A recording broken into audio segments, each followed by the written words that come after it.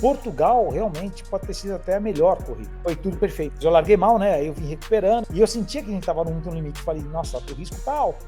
A gente pode cair a qualquer momento. E foi um GP, foi maravilhoso. Muitos brasileiros vieram a Portugal. Eu vou te explicar agora qual foi o grande diferencial dessa vitória de Portugal. Desenhamos o pneu dianteiro num guardanapo. Muito bem, seja bem-vindo a um vídeo muito especial. 20 anos da última vitória brasileira na MotoGP e, cara, foi uma senhora vitória. O Alexandre Barros liderou todos os treinos, fez a pole position, ganhou a corrida com a volta mais rápida num grande prêmio memorável em Portugal em 2005. E é claro, como não podia ser diferente, eu entrei em contato com ele exatamente pra gente falar, depois de 2 décadas, como foi essa corrida, conversar um pouco sobre como foi aquela temporada e o que levou àquela belíssima apresentação. Vamos nessa?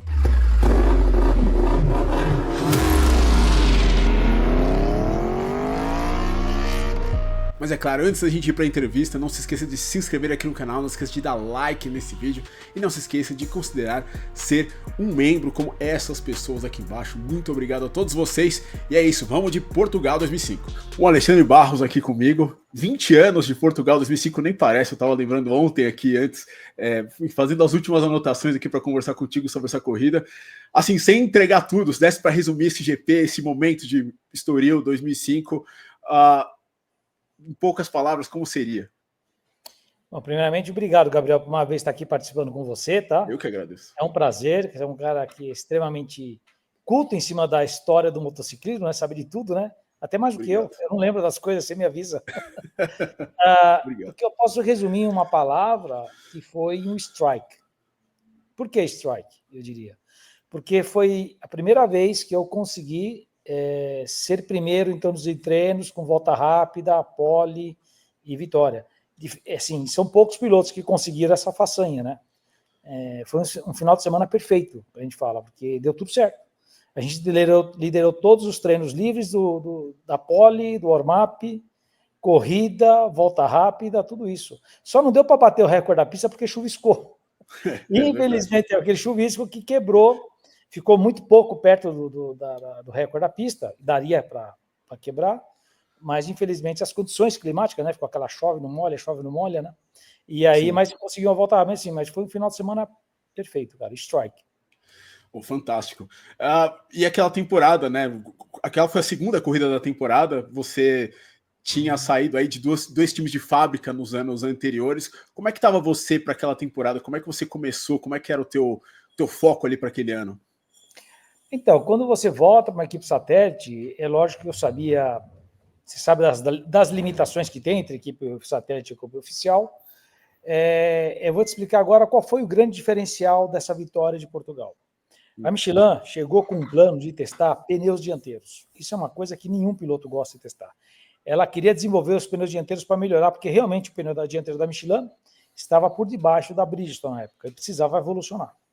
Nenhum piloto quis e eu levantei a mão. Por que eu levantei a mão e eu comecei a testar? E eu fiz todo o projeto de teste de pneus dianteiros. Porque a única coisa que eu poderia tirar de diferença a mais do que uma fábrica é tendo por exemplo, a fábrica de pneu, ou a fábrica de suspensão, ou a fábrica, testar alguma coisa para poder ter alguma coisa a favor minha. Então eu falei, eu testo. Eu lembro que na Malásia foi um teste de 3 dias, nós testamos 60 pneus dianteiros. 60, eu vou repetir, 60 pneus dianteiros, cada pneu tinha que fazer pelo menos 6 voltas na Malásia. A volta na Malásia, para quem não sabe, é mais de 2 minutos. Na época era 2,4, 2,5, mais ou menos assim. E do calor ainda. No calorzão, naquele mormaço que é de pré-temporada, né? Clima úmido e quente pra caramba, lá 38 graus, 35. Fizemos esse teste, além de ter que testar algumas coisas para a moto. Eu tenho que testar, fazer setup de suspensão, tinha que acertar a eletrônica, enfim, você tem que testar, você tem que deixar a moto acertada para poder testar os pneus. Se você não é rápido, você não consegue fazer o teste do pneu, porque você tem que ir ao limite para ver onde é que estão as deficiências de cada pneu e os problemas, né? E eu lembro que depois desse teste que a gente fez, de 3 dias programado intensivo, nós ficamos em terceiro, sempre entre os top 3, terminamos em terceiro, o treino na Malásia, os treinos somados, né? E no avião, eu lembro que eu, com o Ramon Forcado, nós desenhamos o pneu dianteiro num guardanapo, de como nós planejávamos fazer, e mudamos para a Michelin. A Michelin fez isso com a carcaça, com os compostos que foram testados, e nós usamos esse pneu em Jerez, que já deu diferença, que eu cheguei em quarto, mas eu poderia ter ido melhor, e ganhamos em Portugal. E a partir de Portugal, todo mundo começou a usar esse pneu dianteiro, foi uma evolução. Foi um pneu completamente diferente, tá? Um outro tipo de pneu, não tem nada a ver com a característica dos pneus anteriores, né? Mais alto, carcaça, a queda dos pneus, do ângulo do pneu era diferente, a carcaça era diferente, depois a variedade de borrachas que nós testamos, as que funcionavam, a gente deixou também por escrito, porque às vezes uma borracha funciona melhor numa pista, outra borracha funciona melhor na outra, então para clima mais quente, mais ameno, né? Tem tudo isso. E nós desenvolvemos. E a Michelin foi um ano muito bom para a Michelin, que o pneu dianteiro da Michelin deu uma evolução muito alta. Mas esse foi um dos pontos principais da vitória, foi esse pneu dianteiro, tá? Que eu consegui desenhar também um pouco para as minhas características, que eu sou um cara que exigia um pouco de forçar a entrada de curva com o freio, né? E eu queria que o pneu tivesse um bom contato e uma boa informação. Por que a gente fala informação? Porque não adianta você torcer o grip e mandar informação. Você tem que sentir que o pneu está no limite para você poder, até aqui eu posso ir no isso. Aquele pneu que não te dá sensibilidade, você vai, até uma hora que sai do nada, né? E você não sabe por quê. Né? Não te dá o aviso, né? Então, é o feedback que é importantíssimo. Uma coisa que o piloto gosta é ter a moto na mão. A moto na mão é isso, você sentir a moto, você está andando no limite, e aí você consegue controlar, dosar, posso vir até aqui, até aqui. Isso evita os acidentes e faz que você seja constante, né? É o famoso feeling, né, que os pilotos sempre falam muito nas entrevistas. É isso aí. Isso é para pneu, suspensão, motor, funciona para um pouco tudo, né? Você já estava 100% naquele ano, né? Depois de 2003, 2004, ele já... Um dos problemas que... Tudo bem, pode falar agora hoje, eu não gostaria de falar na época, era as lesões que eu tive na Yamaha foram muito sérias, acabou empurrando, principalmente o ombro direito meu, que eu tinha feito as operações, e uma operação de tendões, eram 2 tendões, para recuperar, para total recuperação leva 1 ano. Eu só comecei, se você ver a temporada 2004, meus resultados começaram a melhorar da metade da temporada para frente, porque foi quando fisicamente eu comecei a estar, não estava 100%, mas estava quase lá, entendeu? E começava, você sendo, vamos lá, o ombro é um peso importante, porque você carrega todo o peso nosso, tá aqui, né, do piloto, quando freia, vai para lá, para o lado. E quando você tem uma limitação com dores e não tem a força necessária, você é um pouco mais lento, não consegue sair da moto o suficiente, e vai penalizando um pouquinho. E a gente briga por centésimo, né? São décimos de segundo. Então, qualquer coisinha que interfere, que te limita, é muito para a categoria, né? E é a diferença de você ganhar e chegar em quinto, por exemplo, só para você ter uma ideia. A diferença é gritante. Então, só que na metade da temporada os resultados começaram a melhorar, eu comecei. Lá em 2005, aí já estava realmente... Aí fiz a pré-temporada, melhorei a musculação, né? Principalmente do ombro, o ombro consegui voltar ao músculo o que eu precisava, e aí não tinha mais problema físico. Sim. Estava fisicamente recuperado, né? Como é que se deu esse retorno seu para Pons, né? O time que te ajudou tanto, né? Acho que os seus melhores anos você viveu nessa equipe, voltar de novo para essa casa, né? Que, enfim, por tanto tempo foi bacana contigo. Então, a gente vê, né? Termina a temporada de 2002, né? Foi 99, foram 4 anos, né? Isso. Aí eu saí 2 anos fora, né? Que foi na Yamaha e na Honda Repsol, HRC. E aí, quando eu voltei para casa, eu voltei a ganhar corrida. É verdade. Saí daqui vitorioso e voltei voltando a vitória de novo. A forma de trabalhar da equipe, a forma que trabalhava o Cito Pons, com todos os defeitos que tem, ele, para gerenciar uma equipe, é muito bom nesse campo de visão, é um cara que somava forças, sabia apertar, sabia a hora de apertar e sabia a hora que você tinha que conversar. E acho que foi um dos melhores relacionamentos profissionais que eu tive de trabalho integrado com a equipe, porque realmente os resultados sempre eram bons. Você reparar, todas as temporadas na Pons, tira um pouco a 99, mas todos o resto, foram sempre temporadas boas, competitivas, com o material que nós tínhamos, né? E não era só eu, o outro piloto também, que no caso foi o Patriota, a gente era 2 pilotos do mesmo nível, era uma briga constante, tanto que os 5 anos que eu corri na Honda Pons, a gente foi 3 vezes campeão do mundo de equipe, né? A melhor equipe, para quem não sabe, o melhor resultado campeonato mundial de equipe é somatório dos 2 pilotos. Somos pontos, quem faz mais pontos é o campeão de equipe, né? É um título menos importante, vamos dizer assim, mas não deixa de ser um resultado bacana também. Com certeza, com certeza. Bom, a temporada começou com o 4º lugar em Jerez, como você disse, e depois tivemos o Grande Prêmio de Portugal, exatamente Estoril. Como é que você estava para aquele final de semana? Era uma data que, na verdade, pelo que eu li, estava reservada até para o GP do Brasil, mas enfim, não aconteceu a corrida. É verdade. Tanto que o que aconteceu, como foi cancelado o GP do Brasil, muitos brasileiros vieram a Portugal. Eu lembro que em Estoril estava cheio de brasileiro. O que tinha de bandeira do Brasil no circuito foi o circuito fora do Brasil com mais bandeira brasileira que eu vi. Por quê? O pessoal acabou vindo para cá. Eu acho que a Dorna deve ter montado um pacote, né? Com hotel tal, válido, e que beneficiou, vai para quem não tinha o GP Rio de Janeiro, e poder. O que ele ia gastar lá, talvez ele gastou um pouco mais e foi para Portugal ver o GP. Tinha muitos brasileiros lá, muitos brasileiros, e foi um GP, assim, foi maravilhoso. Foi assim, eu não tenho. Foi um GP perfeito, perfeito. Eu me senti bem o final de semana inteiro, estava confiante, estava bem preparado, estava animado, enfim, deu tudo certo. Foi um final de semana abençoado, por Deus, isso é verdade.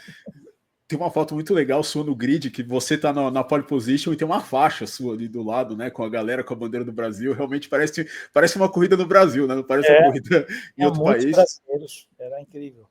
E você também tem uma ligação com Portugal, né? No caso da sua família, então. Sim, meu pai é português, meu avô português, eu tenho primos portugueses e tios portugueses lá, a partir do norte de Portugal, né? Parte do Porto, né? Que é Penafiel. Sim. Então tem uma ligação com Portugal. Eu tenho dupla cidadania, que passaporte português também. Isso facilitava minhas viagens na Europa, por exemplo. E eu ficava, por exemplo, na Europa, podia morar o tempo que eu quisesse, né? Não tinha problema naquele negócio de turismo, né? Apesar que eu nunca ficava 3 meses, né? Eu sempre, o jeito que a gente levava a competição, a cada 15 dias tem que estar viajando para algum lado. É verdade. Bom, você chegou naquela pista, era uma pista que você nunca tinha ido ao pódio, mas assim, uma pista que muito seletiva, né? 2004. 2004, é verdade. Terceiro, foi uma... Cheguei em terceiro. Cheguei em terceiro com o Sete Bernal, ele deixou briga, né? atrás, no final tentou passar e não conseguiu, até porque eu lembrei porque eu estava limpando o troféu de Portugal, terceiro lugar, que é de vidro, e antes de ontem limpei ele, que estava meio sujinho, eu fui limpar. Tá aí, pô. Eu lembrei disso. O Valentino Tamada e você no pódio, é verdade, é verdade. Eu estava me esquecendo disso. Você, enfim, desde o início, assim, Jerez, né, não encaixou, como você disse, mas Portugal, logo você saiu, a moto já estava no trilho, praticamente, né? Treino livre 1, treino livre 2, treino livre 3.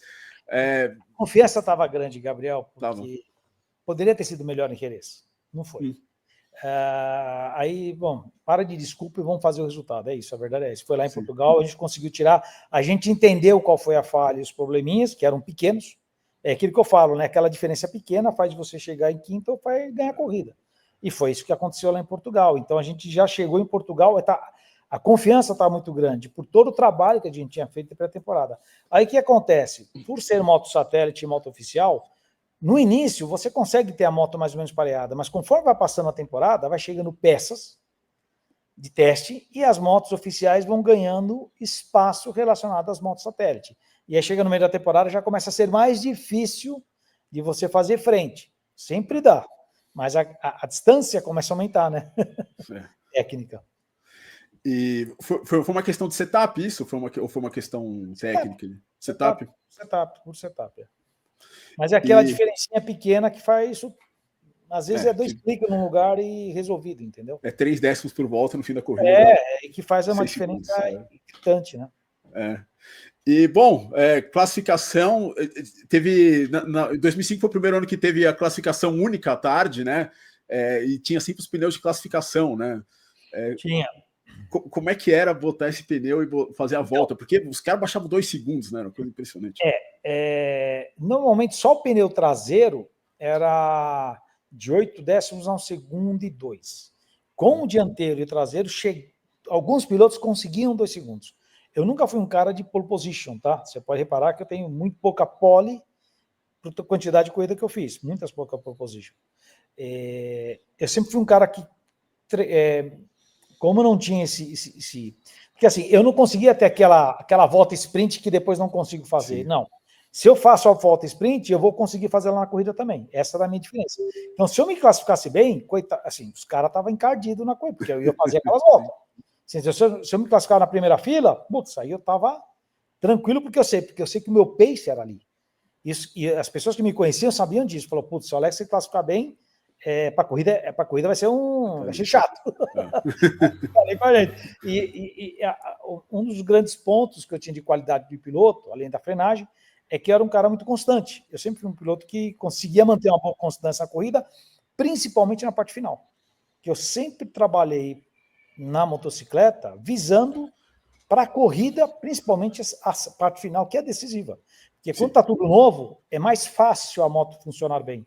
Quando você tem o desgaste do equipamento, que é a segunda parte, aí que entra o setup, se está bem feito ou não, e as diferenças são maiores, né? Um desgaste excessivo acaba acrescentando muita diferença por exemplo, se você tem um desgaste precoce do pneu, você acaba, em vez de perder 2 décimos por volta, um décimo, você vai perder 4. E faz muita diferença e depois você não consegue ser competitivo no final.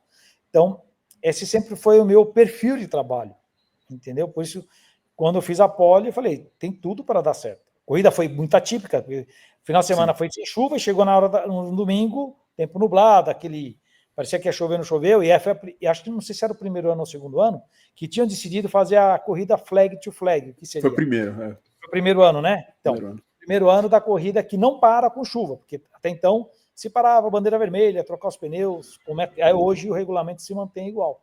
E foi a primeira vez, e aí que o 7 estava na frente, o que eu fiz? Eu larguei mal, né? Aí eu vim recuperando, aí na hora que eu fiquei em segundo ali, mais ou menos a 1 segundo do 7, eu usei ele como coelho, vamos dizer assim, no bom palavreado, vai.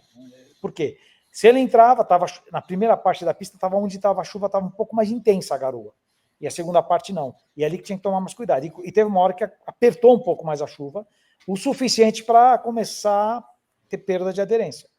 Só que o que eu fazia? Como ele entrava, eu entrava. Eu estava forçando o que ele forçava. E eu sentia que a gente estava muito no limite. Falei, nossa, o risco está alto.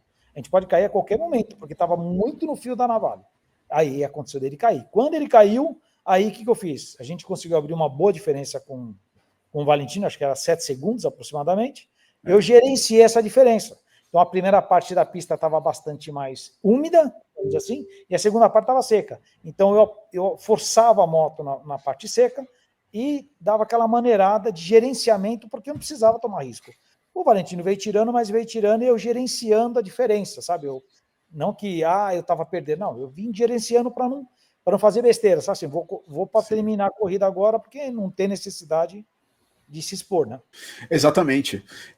Você fez uma... É engraçado, né? A gente chegou até a conversar sobre isso quando a gente conversou sobre 93, né? Vai aparecer aqui o link aí para quem quiser assistir.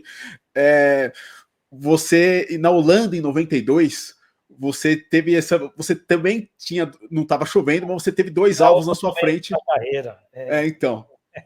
É um garoto de 21 anos com outro de 34. Então. Bem diferente. Outra cabeça, vivência de vida diferente.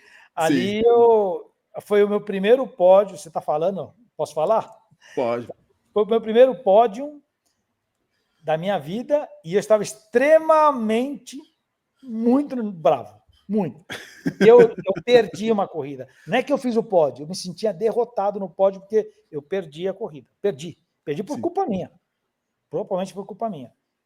Imaturo, fiquei perdido, falei, caramba, o que eu vou fazer? Pelo que o pessoal não sabe, eu fugi com o Kevin Schwanz e o Ed Lance na frente, né? Estava atrás, eles caíram, estava com, sei lá, uma diferença enorme, e acabou o Crivillier, Kocinski e Garriga me buscando, e aí voltamos a disputar. E ainda cometi o erro na última volta. Mas, enfim, essa corrida tem uma amarga. É amarga até hoje.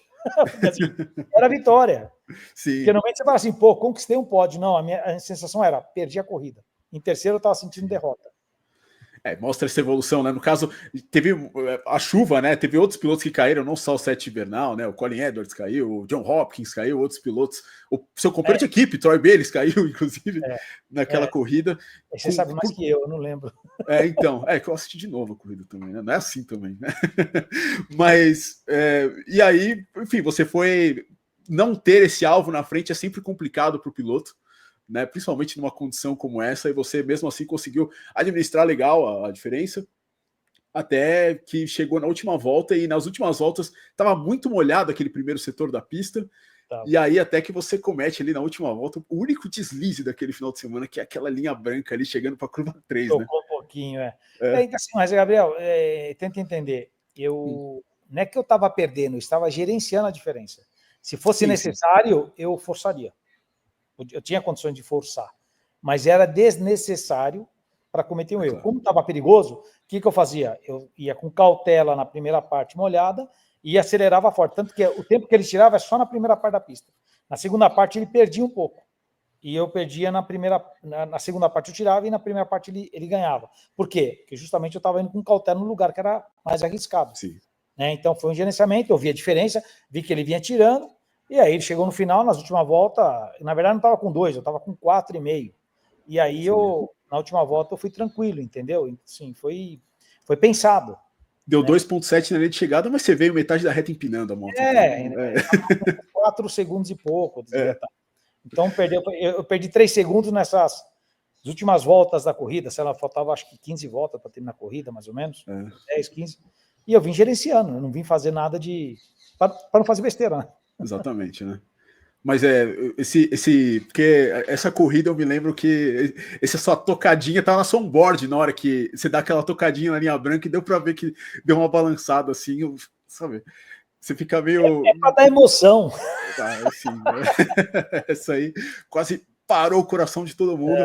Mas enfim, você, enfim, ganhou a corrida. Qual a sensação no final de semana perfeito como aquele ali depois?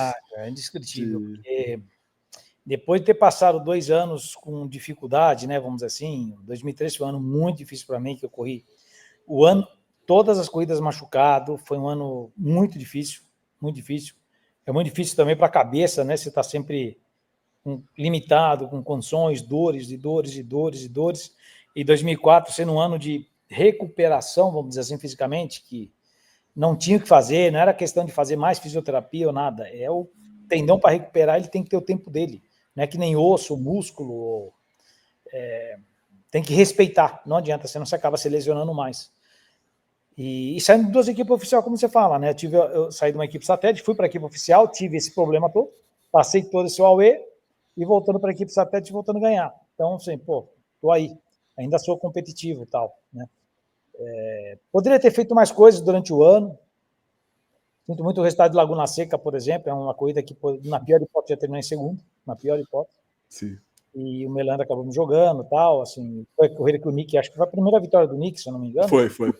Então, e ele estava muito rápido, esse final de semana, realmente, na Laguna ele estava muito rápido. Daria para fazer frente a ele, ia ganhar ou não? Não sei, aí é só na corrida mesmo, sabendo. Mas eu sinto que foi prejudicado, porque esse resultado poderia ter resolvido o meu contrato do futuro, e acabou sendo ao contrário, justamente ali, que ali estava nas partes já era o momento de negociação, entendeu? E a escassez de resultados, você pega 1, 2 corridas, aí já dá uma derrubada. Assim, é muito dinâmico, as coisas acontecem no mundo de competição. Um final de semana você pode estar lá em cima, outro final de semana você pode estar lá embaixo, né? A dinâmica é muito rápida, né? Você já falou muitas coisas sobre essa corrida, o pós dessa corrida, assim, politicamente, como soou essa vitória dentro do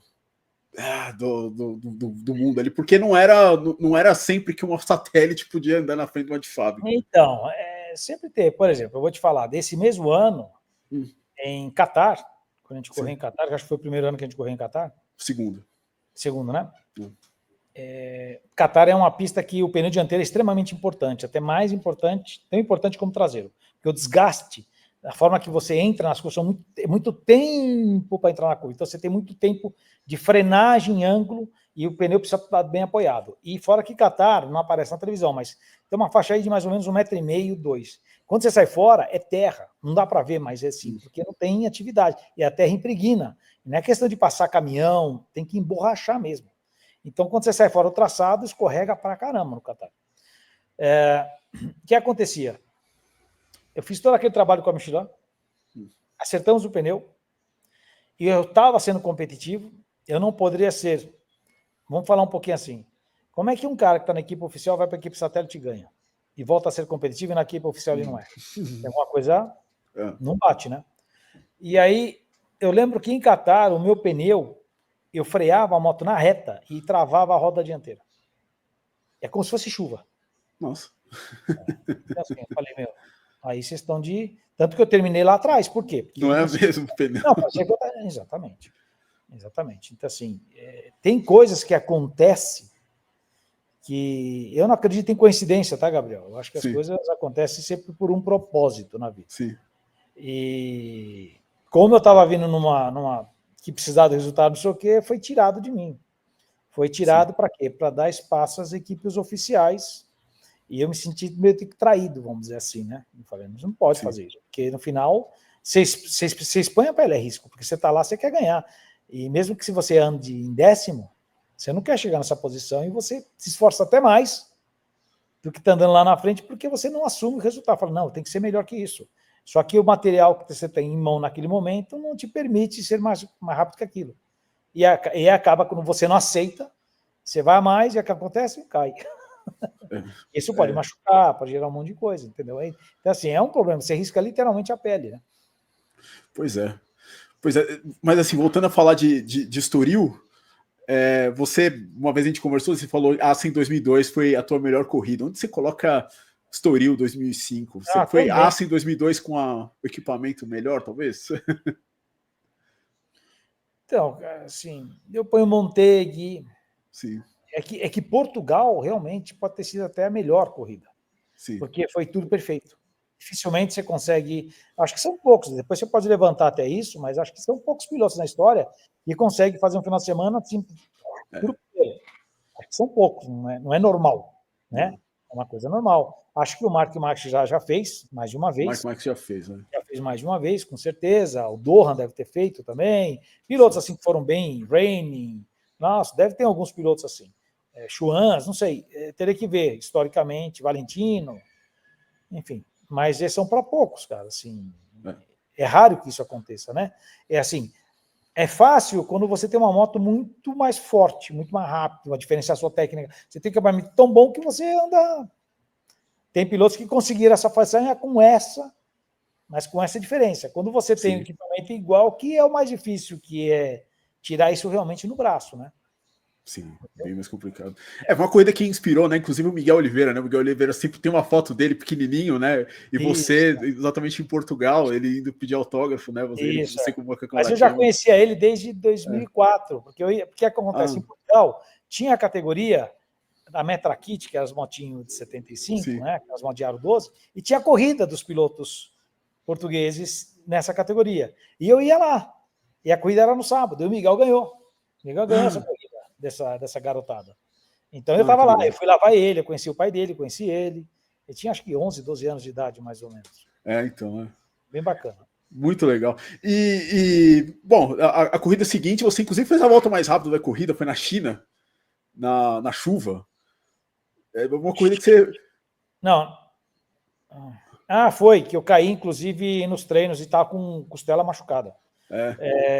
Tanto que depois foi modificado a caixa de brita, foi alterado um sistema lá, que deu problema. E depois nunca mais foi feito desse jeito, eu sempre arrumava. Acho que foi na chuva, eu não sei o que aconteceu. Foi na chuva. Você queimou a largada, não foi? Você fez um ride-through. Eu tinha que fazer ride-through? É isso? Eu não lembro. Eu sei que eu estava lá atrás por algum motivo, mas era mais rápido. Eu nem sei que lugar eu terminei. Terminei que lugar? 11º. Mas... Foi para último. Né? Foi para último e aí foi recuperando. Enfim, porque eu fiz há pouco tempo... Mas era uma corrida que eu poderia ter brigado pela liderança, por exemplo. Certamente. Porque assim, teve muitas corridas esse ano que era para ter brigado por vitória. E que, como Laguna Seca, essa aí que você está me lembrando, tem alguma outra mais ainda que teve. Teve Barcelona, que você quase foi para o pódio também, né? Você passou o Melandri. Eu perdi com o Melandri, Ali era para terminar terceiro, não para ganhar. mas era para tentar terminar terceiro. Eu tentei. Tentei. E teve vindo a Donington, né? Que foi na chuva também, você disputou ali.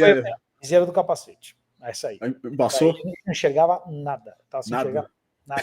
Eu enxergava um negócio assim. Só para você ter uma ideia, eu freava na referência do que eu estava vendo aqui. Eu não conseguia ver a curva. Falei, é mais ou menos aqui que eu tenho que frear. Era só assim. Só via borrão. Cara, não via nada. Eu fiquei tão bravo, porque na corrida era para ter ganho. Aquela corrida era para ter ganho. Uma pena. Você chegou ainda em terceiro, né? Foi uma corrida, acho que uma corrida mais chuvosa que eu me lembro da MotoGP de todos os tempos ali. Foi muita chuva. Foi o seu GP 250 também, né? Juntando todas as categorias. Foi. E bom, depois disso, como é para um piloto se ver? Você ficou 16 anos na MotoGP. Como foi você se ver, né? Fora da MotoGP? 18, não foi? Não, é 16 de 90 até 2005. Mas tem 2007 depois, né? Teve 2007 depois, mas assim, em 2005 a gente não sabia que ia ter 2007 depois. Mas como é que foi você se ver fora, assim, de repente, do campeonato? Foi difícil, Gabriel. Foi difícil porque eu sabia que eu tinha condições ainda de ser competitivo. Eu não dei mal nesse ano. Eu não sei nem que lugar eu terminei o campeonato, você lembra? Acho que foi oitavo. Oitavo, porque teve essas... Era para ter brigado para terminar, eu ia terminar mais ou menos em quarto ali outra vez. Eu tinha condições de fazer melhor do que aquilo. O pessoal sabe. Só que tem um pouco de política também no negócio, enfim. A equipe do Cito deu problema, negócio de patrocínio. A equipe acabou, né, no fim do ano. Exatamente. Esse foi o grande problema, né? O Cito começou a jogar muito com os patrocinadores, ele queimou o filme com os patrocinadores e acabou perdendo tudo. Sim. Essa foi a grande verdade que ele fez. E ele tinha feito isso já no passado com a Telefônica. E acabou os patrocinadores, não quero mais. Acabou até caminhando para o Valentino, né? Foi para a Yamaha, se não me engano. Foi para a Yamaha. Né? Então, assim, eu acho que poderia ter feito bem mais. Poderia ter continuado. Acho que se tivesse equipe do Cito ainda, poderia ter continuado ainda para continuar a ser... Que eu tinha condições de brigar. Tinha condições, sabe... Era muito prematuro ter que parar nessa idade ainda. Com o que eu tinha para oferecer, entendeu? Sim. Dava para resultado. Pois é, o Cito, acho que ele chegou a contratar o Stoner e o Checa para correr pela equipe, só que a Camel queria o Biaggi, e aí a Honda não queria mais o Biaggi, que o Biaggi tinha brigado com a Honda. Não, o Biaggi foi posto um X nele. Então, né? Ele também outra figuraça aí desse... E a Pons aí voltou para a MotoGP só em 2009 na 250, né? Depois disso. Mas enfim, é isso. Eu acho que falamos de tudo aí. Que fica dessa corrida, que fica dessa temporada, assim, para você, para a gente finalizar? Foi uma temporada que terminou bem, poderia ter sido melhor. Eu fiquei triste pelo final de como aconteceu. Eu tenho que aceitar ir para a Superbike, que é uma coisa que eu não queria, eu tive que aceitar. Aí depois que eu aceitei, depois é outra história, né? Depois tiveram que aí tiraram também de novo. E eu queria ficar lá na Superbike mais uns 2, 3 anos. Enfim.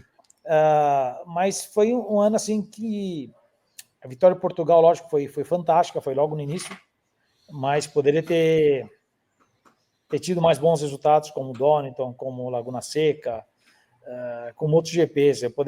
Era um ano para se manter ainda igual que eu estava se mantendo, mais ou menos ali está em quarto, né? Que para uma equipe satélite é um baita resultado isso, né? São algumas vitórias, mais pódios e isso.